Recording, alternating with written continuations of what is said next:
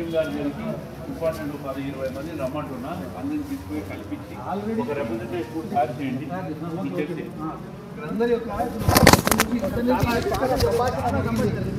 అందరి యొక్క మనోభావాలను గౌరవించాలంటే మన సీఎం గారి ఒకటి చెప్పండి. మనకు నష్టం జరగకుండా ప్రభుత్వం తరఫున పార్టీ తరఫున పోరాడేదానికి ఫైట్ చేసి మేము తీసుకుపోయి ముఖ్యమంత్రి కలిసడానికి రెడీగా ఉన్నాం. పండగ అయిన మరుసటి రోజు ఒక డెలిగేషన్ రాండి, 10 మంది 20 మంది నేను ముఖ్యమంత్రిని కల్పిస్తా. ఆ బిల్లు ఏమేమి మార్పులు చేయాలో ఒక రిప్రజెంటేషన్ కూడా తయారు చేయండి, తీసుకుపోతా. అదే టైంలో ఎవరో ఏదో చేసే సోషల్ మీడియా మెసేజ్లు ట్రాప్లో పడుతుంది.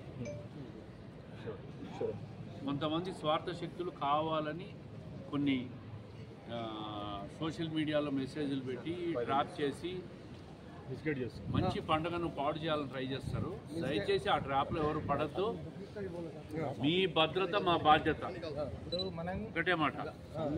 గతంలో కూడా ఇప్పుడు రంజాన్ రాబోతుంది నా పండగ, దాని తర్వాత బక్రీద్, ఇలాంటివి మనకు కడపకు ఒక శాంతి భద్రతతో కలిగిన నేను ఒకటే మాట చెప్తున్నా, కల్పించాలా? కడప నగరంలో ముస్లింల భద్రత, ముస్లింల మనోభావాలు గౌరవించే పద్ధతి మా బాధ్యత.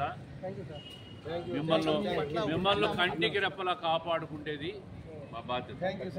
ఏ రోజు కూడా ఎప్పుడు కూడా మీకు ఏ కష్టం వచ్చినా ఇబ్బంది వచ్చినా అర్ధరాత్రి అయినా మేము పలుకుతాం. బక్రీదులో కూడా గతంలో బక్రీదులో చూసింటారు మీరు. గత బక్రీదుల్లో కూడా పోలీసు వాళ్ళు పండుగ సరిగ్గా అడ్డుపడుతూ ఇవన్నీ రకరకాల రూల్స్ వాళ్ళు ఇబ్బంది పెడతా ఉంటే రూల్స్ అన్ని రిలాక్స్ చేయండి. ఆ రోజు వాళ్ళ జోలికి పోవద్దు, వాళ్ళ పండుగ ఆనందంగా చేసుకోవాలని చెప్పిన వాడిని నేను. మళ్ళీ కూడా చెప్తున్నాం, మనం ఉన్నంత వరకు ఖచ్చితంగా మీకు ఏమీ జరగకుండా ఎప్పటికైనా చూసుకుంటే. ఇంతకుముందు కూడా మీరు జాయింట్ కమిటీకి పోయేదానికి కూడా మీరు కూడా ఉన్నత కారణం.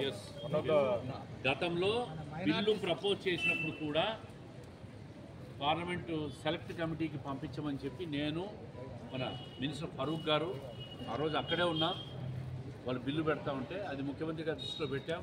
ముఖ్యమంత్రి గారు ఇమీడియట్గా అక్కడ పార్లమెంటరీ పార్టీ లీడర్ లావు శ్రీకృష్ణదేవరాయలు ఉంటే పిలిచి ఇమీడియట్గా దీన్ని సెలెక్ట్ కమిటీకి పెట్టి ఎట్టి పరిస్థితి బిల్ పాస్ కాకూడదని ఆ రోజే చెప్పాడు.